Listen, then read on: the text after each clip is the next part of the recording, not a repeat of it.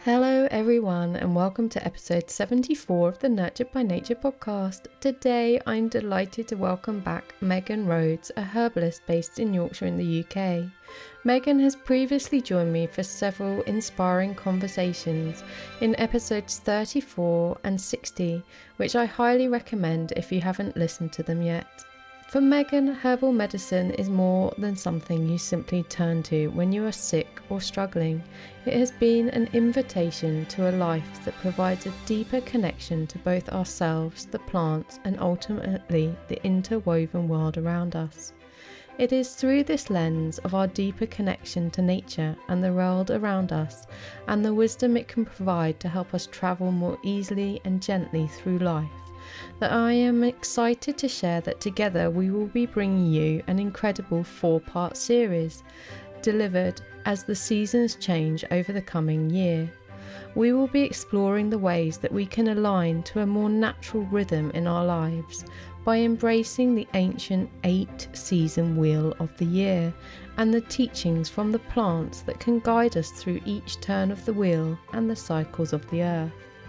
In this first part, we dive into the current season, and as autumn turns to winter, we discuss the influences and ways we can support ourselves from Samhain or Halloween through the winter solstice or Yule, which marks the rebirth of the sun in the northern hemisphere and the lengthening of days. Think cosy evenings slowing down, and much like the trees, drawing back into our roots and using the extended dream time to play in the possibilities of the future, whilst also nurturing our bodies with foods and plants that offer us warmth and grounding and support our immune system through this season of rest. Welcome, Meghan, and thank you so much for joining us on this episode of the Nurtured by Nature podcast. I'm really excited to have you back today. I think this is our third session together, and actually we've got something very exciting because we've planned a series of 4 episodes for my listeners and anyone else who comes along. There'll be 4 episodes coming up over the next year where we're going to talk about sort of seasonality and how herbalism can support us to connect with the seasons.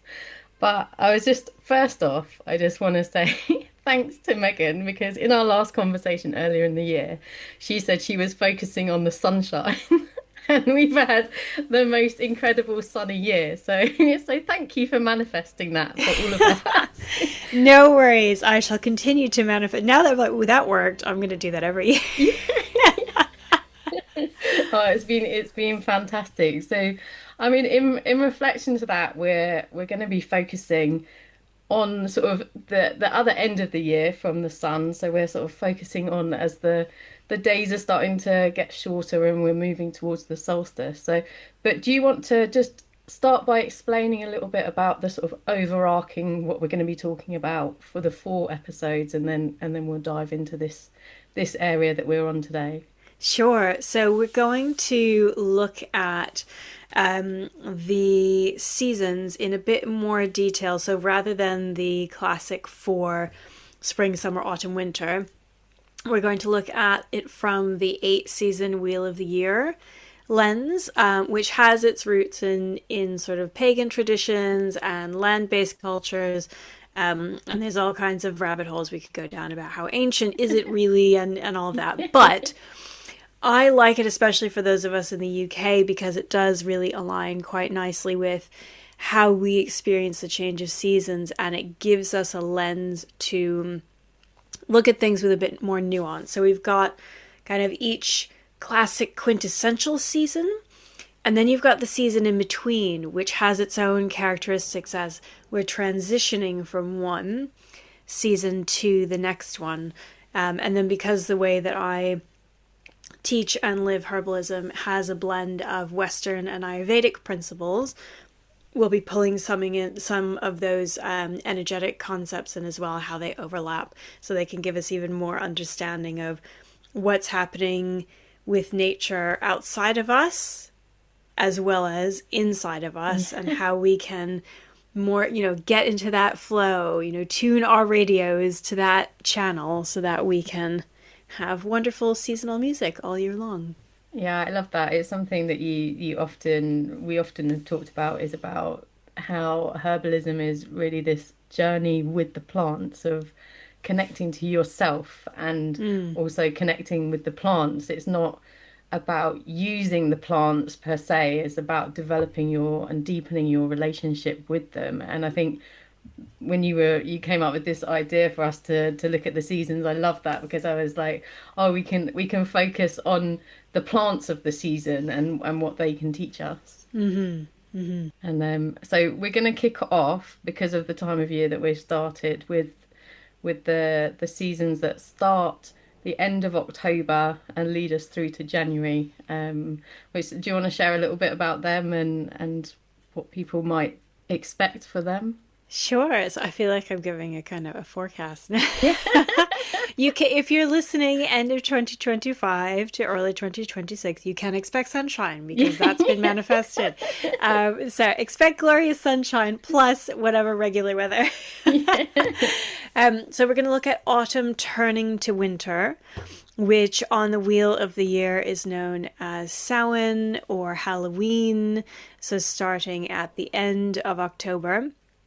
And then we're going to look at classic winter, so the winter solstice, Yule, kind of circa 21st-ish. It flexes a little bit of December, and that will take us through to the end of January. So those two seasons transition from autumn to winter, and then winter.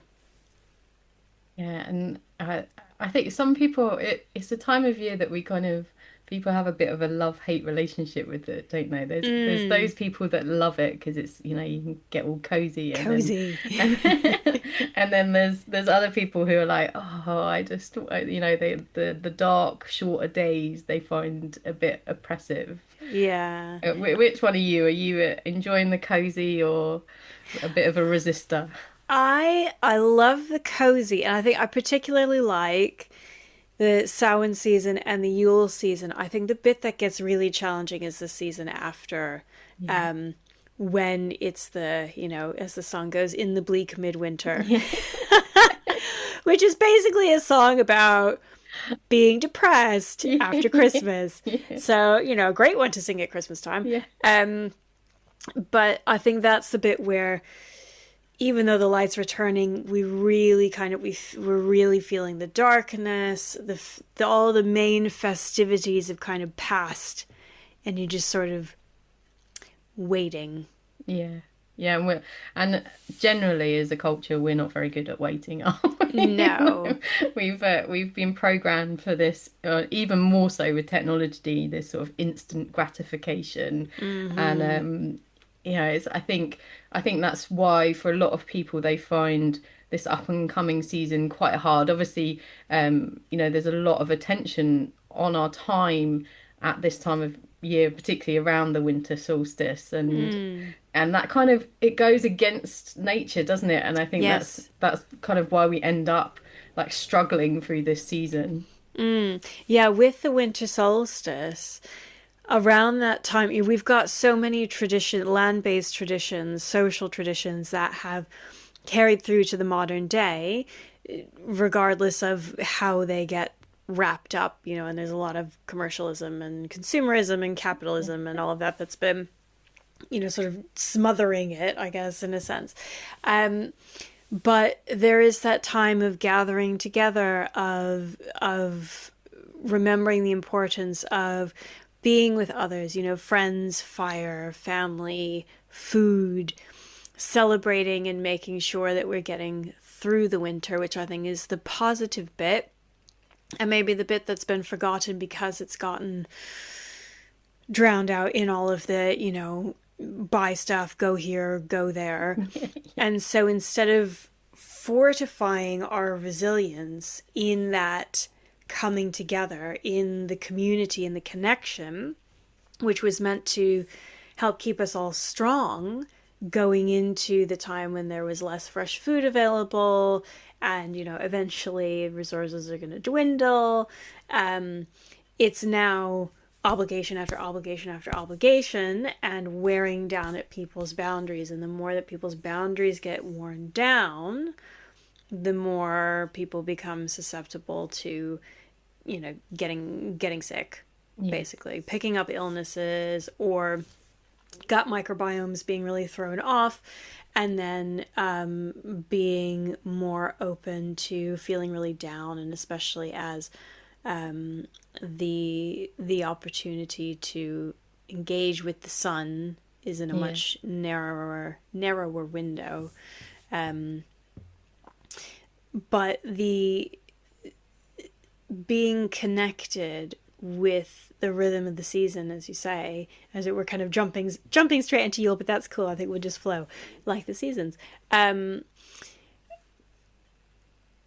more we stay separate from that flow of nature during wintertime, and something that we can practice and deepen and be intentional about shifting our connection in the autumn turning to winter in the Samhain season, is that, okay, can you swap your LEDs for your candlelight?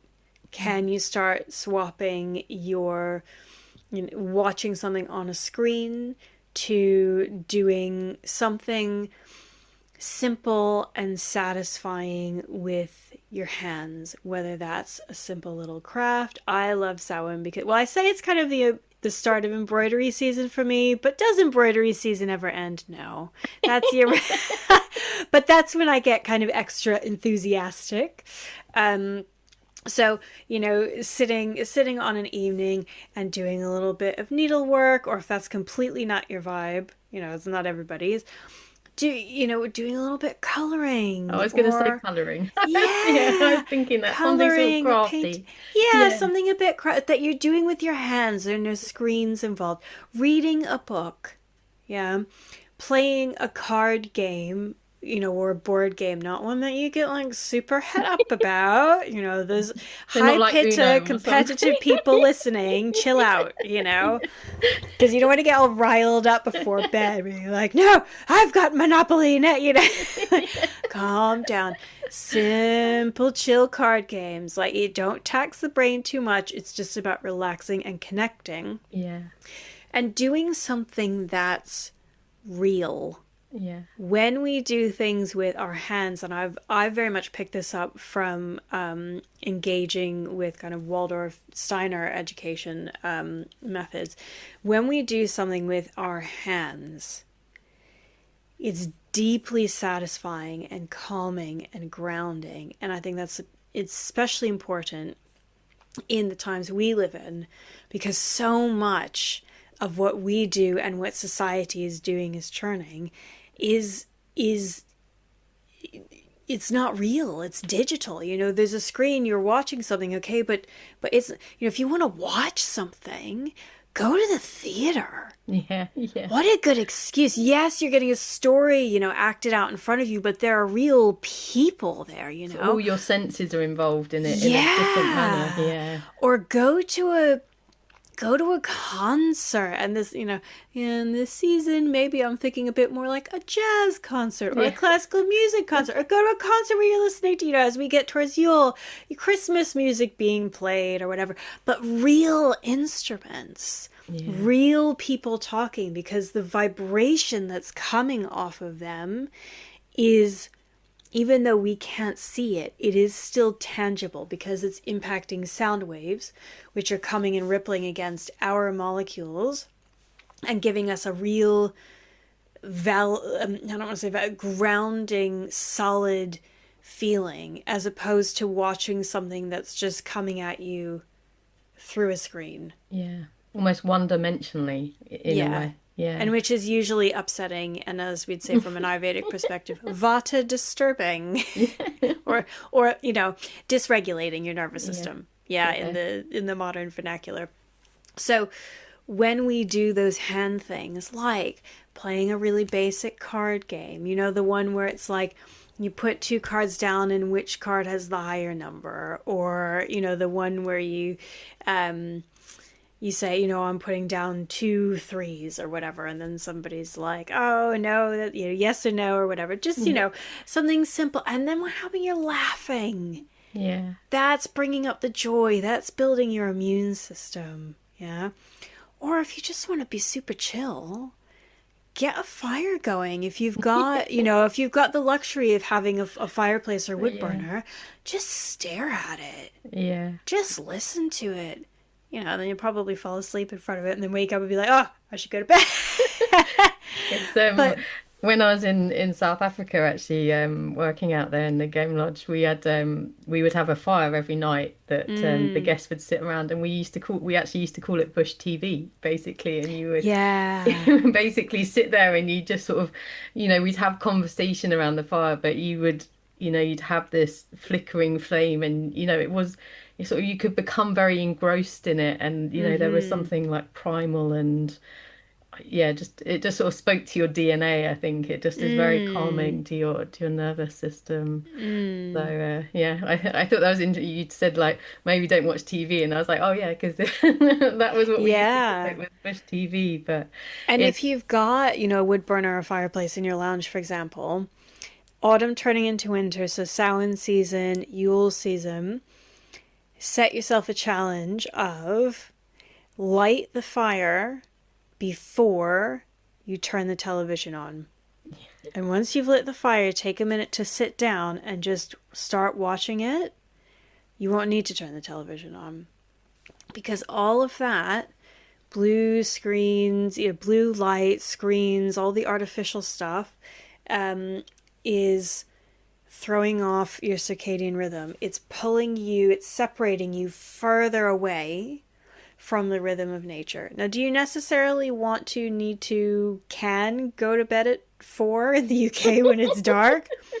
If you're a small child, maybe. If you're really tired and you're not then going to wake up at, midnight going, well, I've had my night's sleep and now I'm a bit stuffed. Don't do that.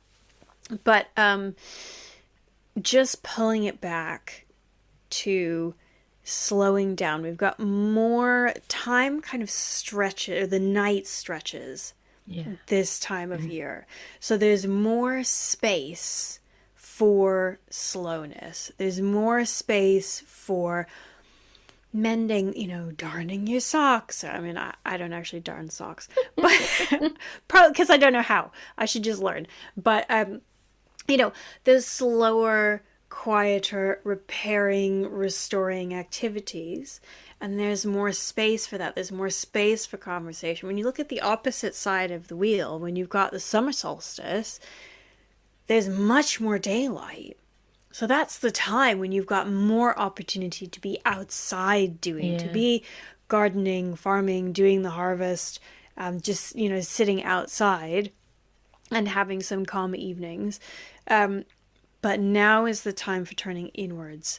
So think of it as an opportunity. I've got more time. When these seasons end and the light comes back, I usually get simultaneously really excited because the sun's coming back and there's more light. Hooray.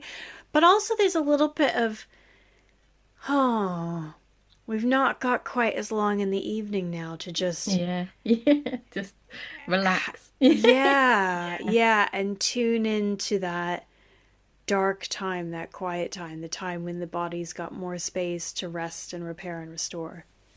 I love that. I think it's interesting actually. I was thinking like when you said, well, we've kind of dived straight into Yule, and I was thinking actually it's a reflection of the society that we live in now, is because basically once Halloween's out of the way, like everything just is like this runway to Christmas, isn't it? And well, Christmas is already in the shops, and we're recording the day before October. Christmas is already in the shops, and Halloween didn't exist in the UK really when I moved to the UK in 2009 or whatever. So on the one hand, I'm sort of like, yay, Halloween's made it over here, but it's the commercial Halloween. It's not the Halloween that gives you an opportunity to reflect, that the Ayurvedic dosha that's really coming to the fore and building at Halloween time is Vata. And Vata is the elements of air and ether. And I would say ether is really the dominant element at that time. And ether, we have the expressions, I heard it through the ether. Yeah, it's that some people call it spirit, but it's that ephemeral, really sort of fine, high vibration kind of thing. And so that's where we can. I think it's the real turning point where the elements say it's time to be quiet and still and listen. Yeah, yeah, I like that. Because there's knowledge that can come through, and it's the time when we can reach backwards through time, through our lineage, as sort of, the veil between the worlds becomes thin. Yeah. And, get messages from loved ones who passed on, or if that's not your vibe, or if you feel like it's a bit creepy, or you don't want to talk to any of your family who have already passed on, fair enough.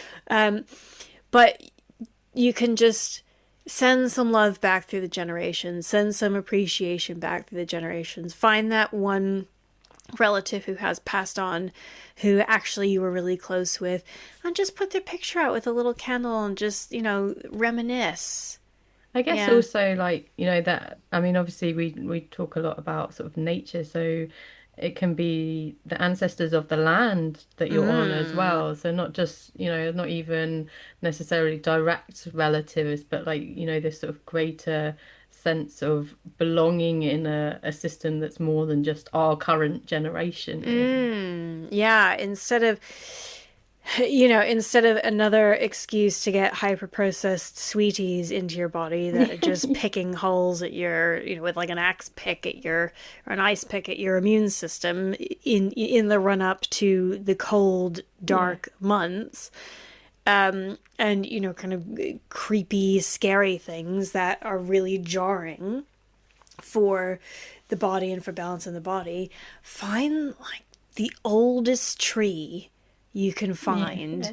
near you or not near you. Go on an adventure to some really old tree that you heard about and just go sit with it. Yeah. Give it a hug. Ask Yeah. first. Not every Yeah. tree wants hugging.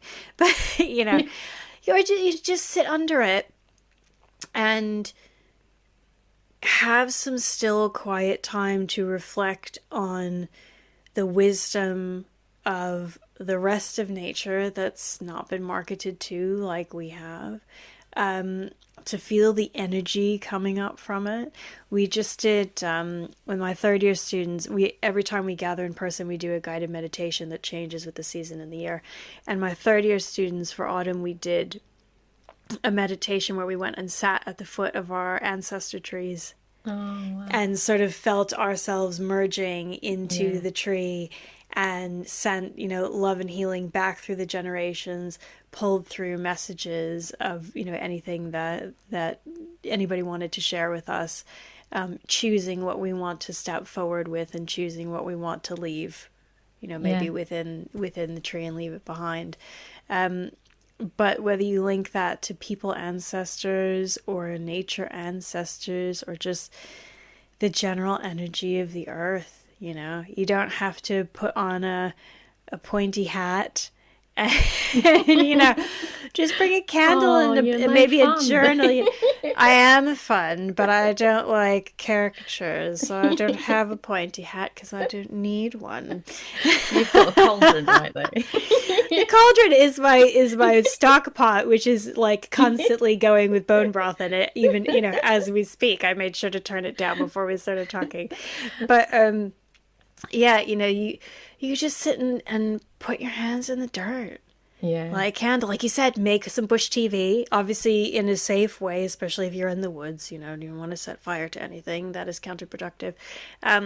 Make a little fire, maybe go with some friends, sit around the fire, sit with some trees, just chill, just reset, slow down, open up to the wavelength, the flow, the frequency of the energy, the speed of the energy. Yeah, I It's so I much always slower. love reflecting on trees at this time of year because I think that I mean obviously they're big, so it's like it's easier to see the changes in them than some of the smaller plants, and most people are familiar. But obviously in this hemisphere we've got the changing, the leaves are changing color and they're falling, and but actually the trees are drawing themselves in as well. They're drawing all their nutrients back in. It's all sort of going down into the roots, ready for them to just, just rest basically for a little while over the winter. And I think that's, I always love to reflect on that and think, the what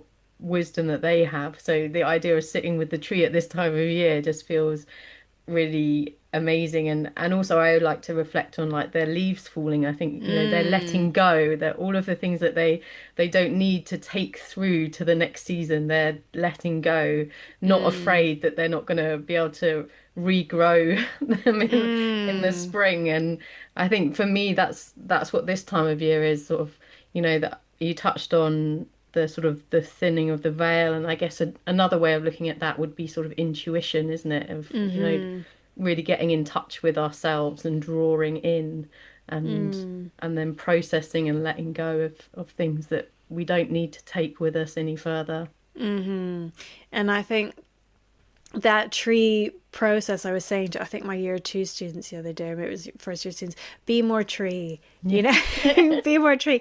But like you said, they release the leaves, they let go of certain things because they know they don't need to carry them forward. They're not worrying about what's going to happen in the spring.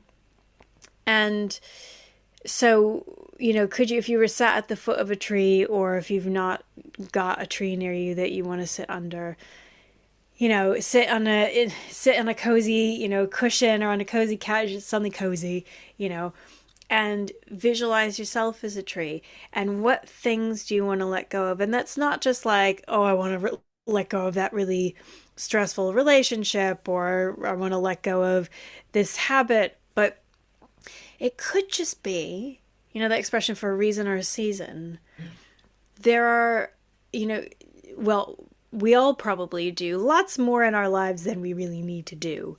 And we all probably are being a lot more people, identities than we really need to be at any given point. So Samhain's that really nice season to reflect on, even if it's just for this season or the next couple of seasons, which things am I going to let go of? Am I going to let go of, and knowing yourself, I really don't like driving in the dark. So actually, I think I'm going to let go of that class I go to in the evenings, even if you love it. Do you know what? I'm not going to do it right now. It just feels like a bit too much. It's the same time, but it just feels later. I'm just going to let go of that for this season.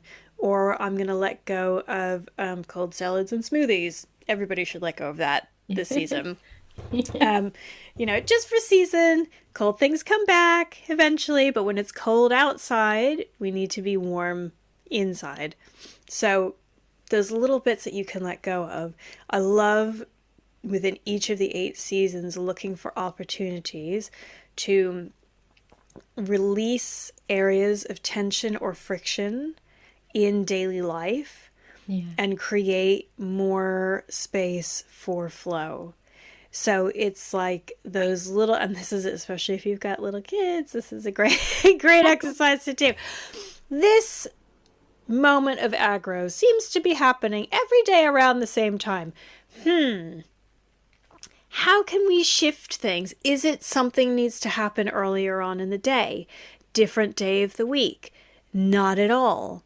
Or maybe there's something missing, Like, for example, this time of year, and it's darker in the morning as well as the evening. So, is your body not really awake enough at the clock time when you are supposed to, quote unquote, be having breakfast?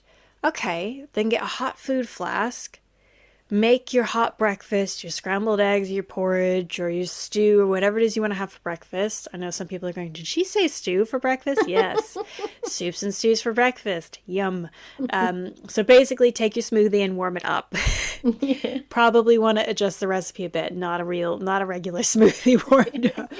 But, make your warm breakfast, put it in a hot food flask, and take it wherever you need to go. That's dictating that you have to eat before you leave, but your body's not awake yet.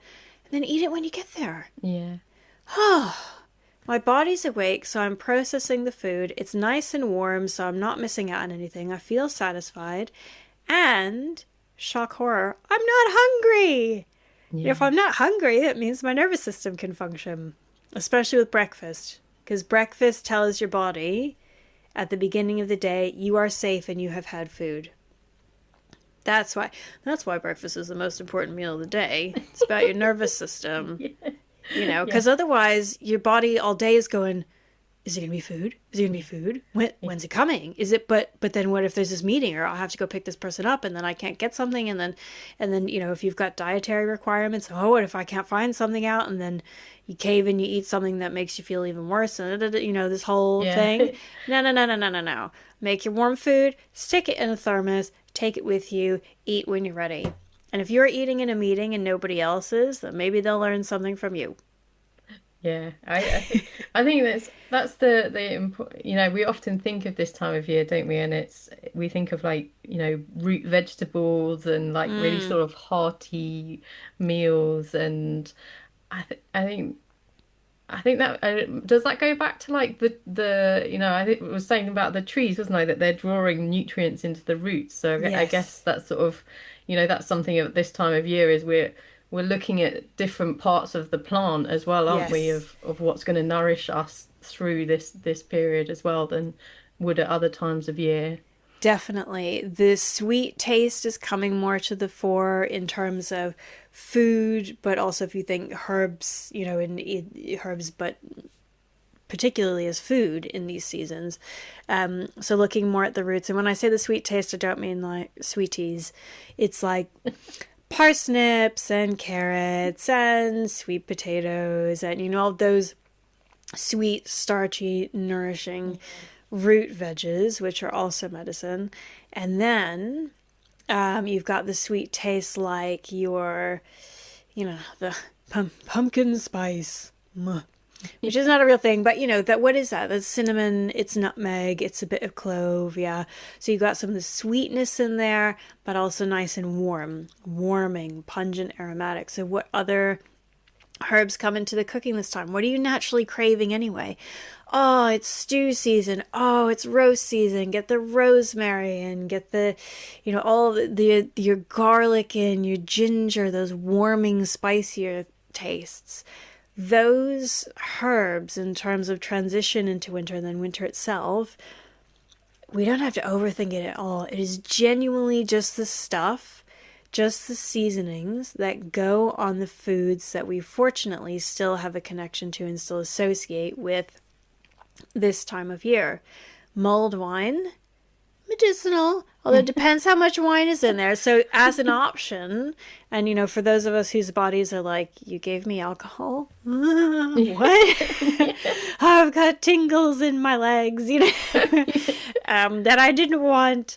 You can take your mulled wine spices and you can just brew them up in water as a tea. Yeah. Or you can do them in apple juice.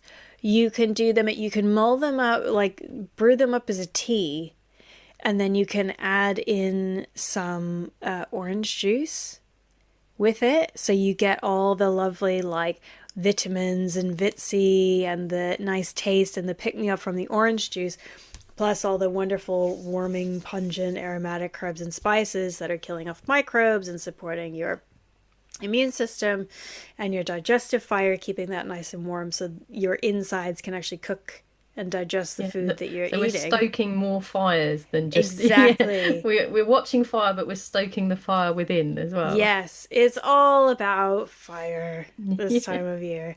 But yeah, get that in you, and then the orange juice will warm up a bit as well when you blend it in with the tea and dilute it a bit, because you don't need kind of straight full throttle orange juice. I like to call it orange juice tea. It's really yummy. Oh, it sounds delicious. I think, I mean, one of the things that I've noticed through having my horses and sort of seeing, I like to take them out to forage, and it sort of made me a little bit more aware of the wild plants that you see at different seasons, and reflecting on how they sort of indicate to us what our bodies and our systems need at that time of the year. And I mean, this time of the year, I guess probably the biggest thing I think of is probably like the berries. So you've got things like elderberry and things like that, and Mm. a lot of these sort of immune system boosting, aren't they? Yes, and those berries tend to be at their height in the season before. So in the classic autumn season around the autumn Yeah. equinox, which is sometimes called the second harvest or the fruit harvest, which makes sense because you've got all the berries out. And they're out at that time because you've got the combination of the peak goodness of the sun, and the rest of nature saying it's going to get cold. So gather these now so you can prepare them and start working with them, because then you'll have them when you need them. And the great thing with the berries, so the elderberries, the rose hips, is you can forage them.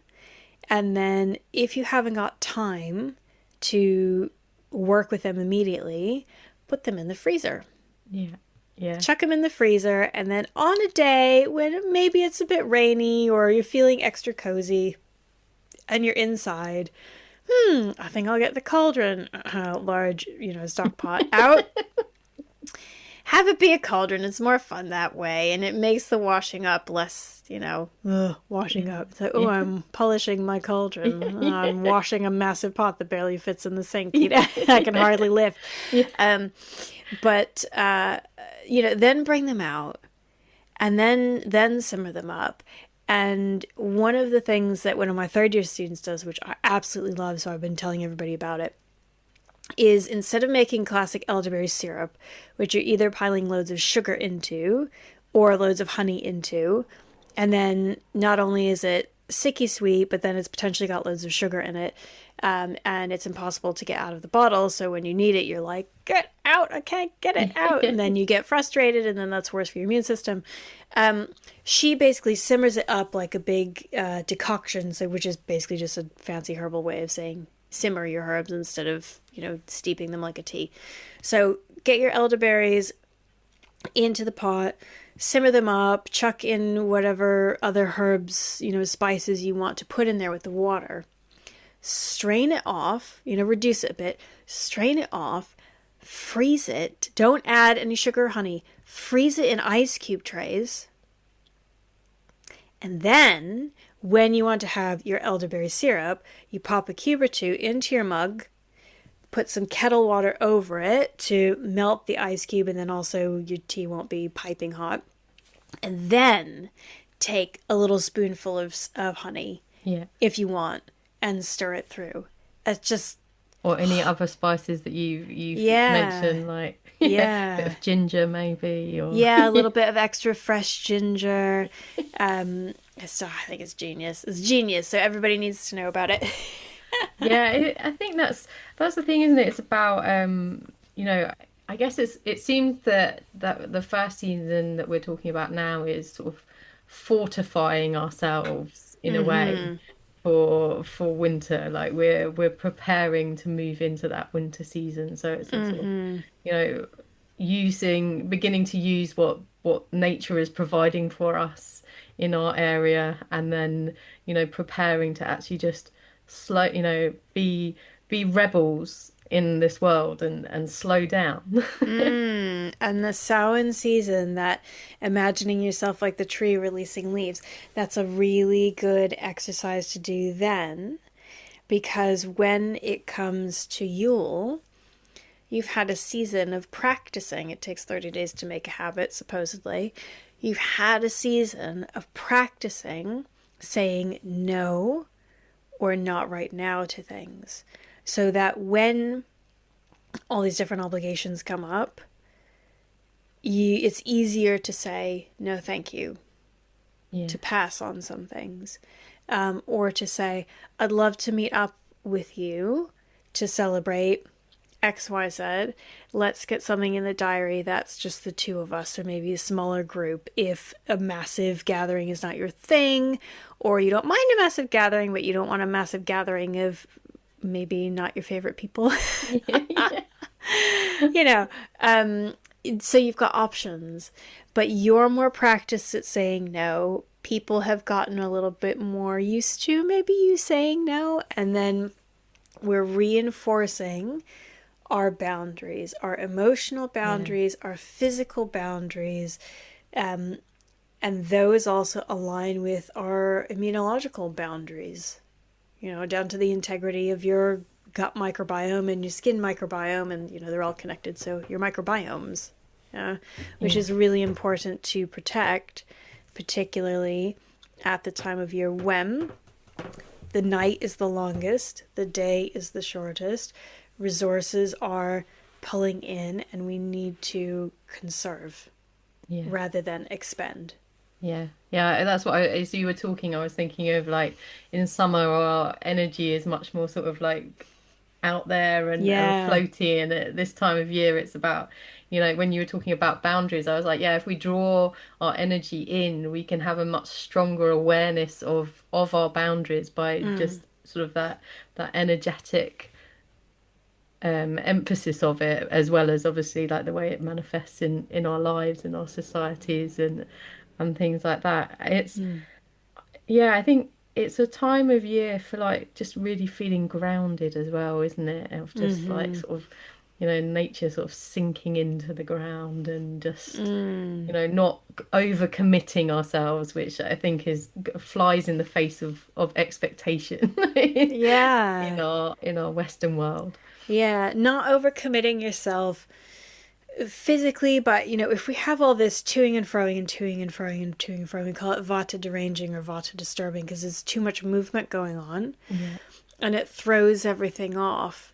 And especially this time of year when there's so much vata that's prominent in nature, the air, the ether, the cold, the dry, there's already a lot of that. So if you add more to it with the toing and froing, the I forgot to eat, the I've got to be here, I've got to be there, the not sleeping well because you stayed up late staring at screens, and then you've got to get up really early with, you know, with an alarm, and it's still dark out, and you know that feeling when the alarm goes off and it's dark out and your body's like, what? Yeah. As someone who would happily hibernate. Yeah. I'm like, I'm sure I should have been a hedgehog or something. Yeah. You are in a parallel universe. But yeah, you know, that it's all jarring, it's all vata deranging. If there's already a lot of that happening in nature, the balance to that is kapha, which is earth and water. That's the grounding. That's the Mother Earth. You know, what is Mother Earth doing Samhain through to Yule? Mother Earth is like, I'm going to sit by the fire. I'm going to read a story with my 5 million children.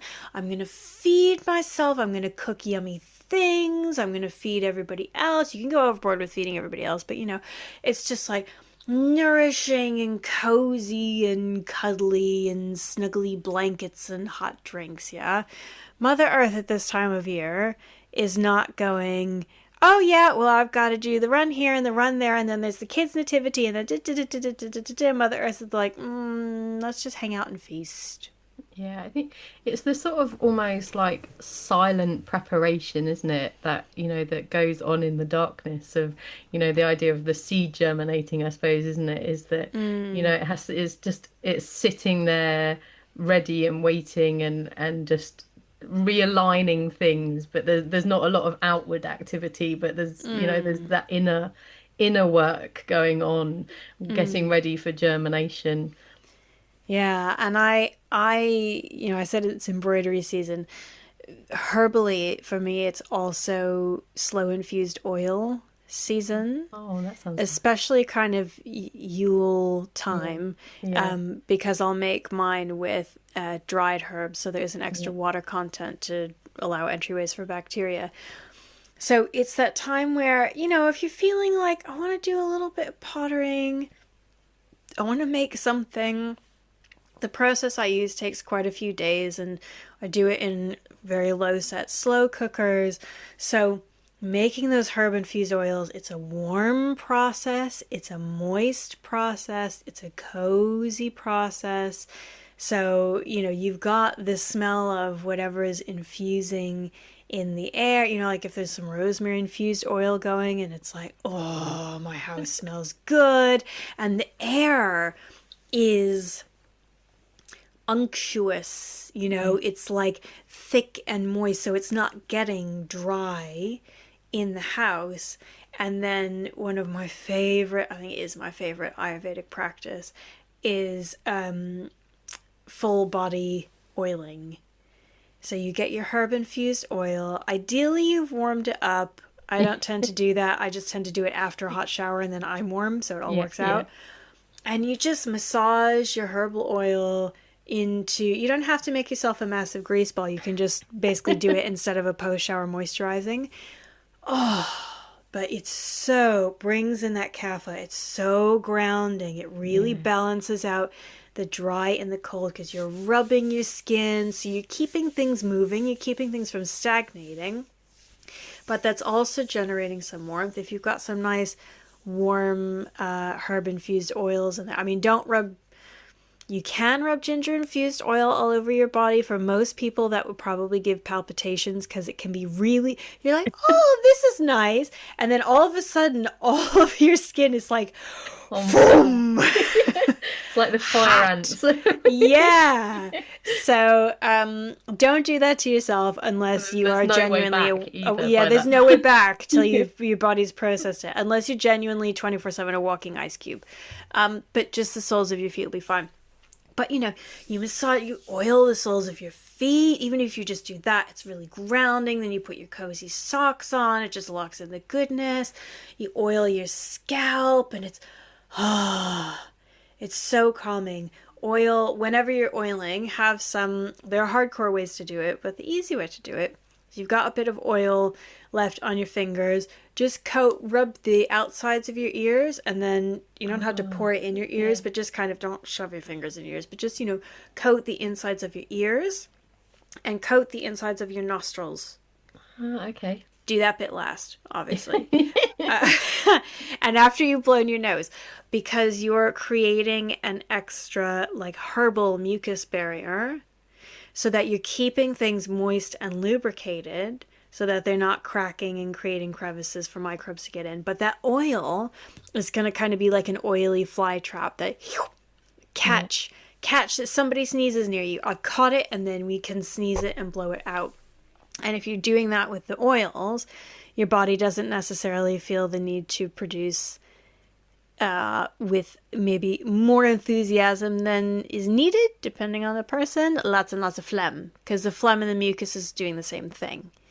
So it keeps everything really oiled, lubricated, warm, nourished, especially if you tend to get really dry skin. Samhain, Yule, is that vata, that dryness and that cold is increasing. Get into the body oiling. I say body oiling season starts on the 1st of September in the UK and it ends probably somewhere in June, depending on how cold the year is. I think that's the thing, isn't it? Is at this time of year, like you've talked a lot about, stews and bone broths and soups would be another thing, and nice warming teas and things. And because we are probably sort of, our fluid intake probably drops in terms of we're not wanting to drink glasses and glasses of water. So it's being aware of, bringing that liquid and hydration in, but in warming and soothing ways, isn't it? Mm-hmm. And if you're looking for a sort of cozy evening thing to do with your hands, but maybe you're not a crafty person, which is okay. There are those of us who will balance the scales with over enthusiasm. But you can make your own tea bags. You can make your own blends. So get some non-bleached, plastic-free, empty tea bags. And I like to get the big ones. I think they're about 7 by 9 centimeters, something like that. Don't get the little little ditty ones, because they're a pain to fill. And then you're supposed to be having your cozy, relaxing evening, and you're like, we're gonna get all this stuff into this tea bag and spilling it. You've got this tiny spoon, and you're like, what the heck is this, right? Don't do that. To get the big, generous tea bag, the Mother Earth size tea bags, you don't have to fill them all the way. You can like half fill them. It's fine. You're not wasting the tea bag, because you can still actually use that tea bag 2, 3, 4 times if you're putting good quality herbs in it and it's big. As opposed to your off-the-shelf thing, which you can use once and you're like, was there anything in that? Yeah. So make your little cozy blend of whatever you really like and make your tea bags in the evening and then put them in a little jar or a box, or doesn't have to be, Pinstagrammable, but something that feels nice for you. Yeah. And then A, that's cheaper. B, you get what you want. C, there's no plastic or bleach in it. D, there's also no essential oils and artificial flavoring in it, which is increasingly creepy. Sorry, mini soapbox for a moment. But that is increasingly creeping into some of the very popular organic herbal tea brands, especially as top-level ownership companies shift and change. Yeah. So check your ingredients, because you'll start to see oil, and that's essential oil getting in there for flavoring, which is a cheap boost for a flavor boost. And you works should not on the body completely differently to... Yeah. You don't want to be ingesting essential oils unless you're working with a certified aromatherapist, and then it's going to be in very, very small doses. So what I like to do, if I'm not feeling super inspired on my own, if you're out and about, and there's some really pretty... I'm a bit of a marketing nerd, so there's some really pretty packaging of, boxes of teas, and they've got nice artwork and colors, and they've got a really snazzy name, and you're like, ooh, that sounds good, right? Take the box off the shelf and take a picture of the ingredients. Often there will be a percentage next to each of the ingredients, and if there isn't, they'll be listed in order of biggest proportion to smallest proportion of the overall blend.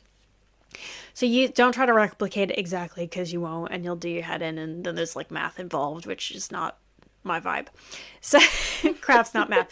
So take that as your inspiration for a base recipe. Yeah. There'll be some stuff in there you're like, I don't have that in at the moment, or I don't really need that in there. I can't really be bothered. And use that as kind of a recipe inspiration to recreate the blend yourself. And then what the quality of the herbs going in is. Yeah. Like I said, no bleach in the tea bag, no plastic in the tea bag. You can make bigger ones, good quality. If you haven't got a good keeps it hot flask all day, invest in that and make your own tea bags. The cost of boxes of tea bags these days is absurd. Because the quality is not matching the cost. So make your own and then take it with you when you're out and about, and then you won't be tempted to pay for an overpriced crummy tea out anyway, and then you get an extra bit of like joy boost because you're like, ha. That sounds fantastic. I think the only other aspect of Yule that maybe we should just bring to people's attention is we don't often think of it because it is literally in the darkest time of the year, but it's actually celebrating the return of the light. Yes. And it's coming back. Where, I don't know, but it's coming. And it seems a bit counterintuitive almost, doesn't it? But it is that's sort of part of the element of that time of year, is this idea of renewal as well, and hope and dreaming as well, that goes with the sleep, doesn't it? Of like imagining the future and what could be. The light is returning. The days are technically starting to get longer again. And it takes a while. I think it's not till the next season, really, in bulk top of Feb, where we kind of go, oh, okay, I can see and feel that there's a difference in shift. How much, the shift in how much light there's. There's a really, I don't know if it's technically a children's book or not. There's a really lovely short illustrated book, and I think it's called something really straightforward like The Longest Night or The Shortest Day, something like that. And it tells a very brief little kind of poemy type story about, paints a picture of our ancestors and how they used to celebrate the return of the light, and then sort of the parallels to now. And in the back of the book, there's this kind of the whole, it's a poem that was written by somebody lovely, to be spoken at a Yule celebration, to celebrate the return of the light. So that's a really, really nice one. Or make your own poem. Yeah. Make your own poem that you can, read at a Yule celebration or, Christmas dinner, whatever you want to do, just to acknowledge and remember that the light is returning, and to remind ourselves as well that, things don't just go in a fiery flame of Christmas, Twixmas, and then New Year's, fireworks, hooray! And then it's just like, then what's the next thing in the calendar is like Blue Monday. Yeah, resolutions to beat ourselves up with. Resolutions to beat ourselves up with, which is too early for that anyway. Depending on what you're doing, but why not? Like you say, shift the focus to the celebration of the return of the light, which doesn't mean we have to go out and become gym bunnies the next day, because again, it's too early. The last time I was in a gym, the world is your gym, right? Nature is your gym. If you've got a small child, you're always at the gym, because biceps, bare minimum, up, down, carrying things around. But remembering that the light is coming back, but again, it's coming back slowly. So the trees shed their leaves slowly. The light comes back slowly. There is a time when everything goes boom and bursts into life. Yeah, that's a different side of the wheel of the year. And then our energy, yes, boom, can mirror that. But Yule time, mirror that energy, replicate that energy, flow, get into tune with, resonate with, flow with that slower energy of, yes, it's returning. We're not totally stopping and standing still and doing absolutely nothing. We're still bare minimum breathing, right? Still moving. Keep breathing. We're the bear in the cave. We're the bear in the cave. But taking that time and that space of the nights that are still very long to rest, to release, to store energy, so that as we notice and can feel more of the light coming back and the days getting longer, we've got something of ourselves to do with that, rather than entering it with exhaustion.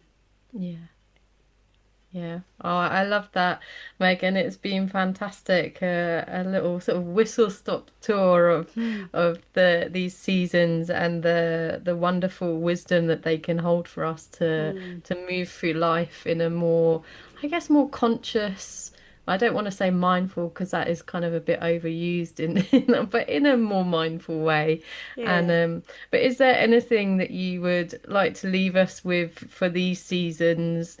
I think we've covered a lot, but if there's any last moments of wisdom to share before we come back, and we'll be back in a couple of months to talk you through the next phase of the wheel.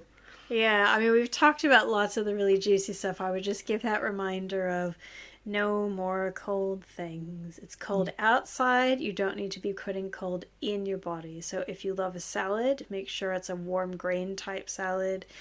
I know some people are they've got their emotional support smoothie. Yeah. Can you find a different recipe, do a different version that's making sure that it's warm and it's cooked? The emphasis this time of year absolutely needs to be on warm, cooked, easy to digest, not taxing on the body, because the amount of energy the body has is less. We are slowing like nature is slowing. So don't give your body something that it needs to exert lots of energy to get the goodness out of. You want easy goodness extracted so that it gets everywhere in the body. And of course, make it yummy. Lots of culinary herbs and Yeah. spices on everything. So we're going all the time. soups rather than smoothies. Definitely. Explore breakfast soups. It's a whole new world. Oh, it's been fantastic. Thank you so much, Megan. And My yeah, pleasure. really excited to have this four-part series with you and be back at regular intervals through the year Yes. to give people lots more of your amazing wisdom. I've got all of your links in the show notes. You do run some fantastic courses for people who want to learn more about how they can make herbalism really, I guess it's your approach is it's an invitation into a relationship with yourself and the plant, really. It's more than just using herbs to Yeah. fix problems. It's an invitation to a different way of living and being. Yes, definitely. Yeah, and like you said, the links will all be in the show notes for anybody who's interested, and then you'll always be able to see on the website whether the applications are currently open for the coming year's cohorts or whether they're closed, and then you can always get on the mailing list either way for updates. Sign up for your newsletter, and yeah, and in this time of releasing and dreaming, if you're thinking actually this is the step I'm going to take next year, then they can get ahead of themselves and sign up so they can just relax then. Yeah, then you know, like I've they- got that adventure ahead of me. Yes, come join us in the year in East Yorkshire. We have fun. Yeah. Oh, well, it's been fantastic. Thank you so much, Megan. And Likewise. Yeah, speak to you again soon. Yes, speak soon. Thank you so much for listening to the Nurtured by Nature podcast. I truly hope this conversation has brought some hope and inspiration into your life. I would love to have these messages ripple out across the world. So if you can, please share this episode with your friends, leave a review on your favourite podcast player, and make sure you subscribe so you don't miss the next episode. I would love to hear from you, so please feel free to connect with me on the links provided in the podcast description. But most importantly, thank you so much for being a part of this journey with me.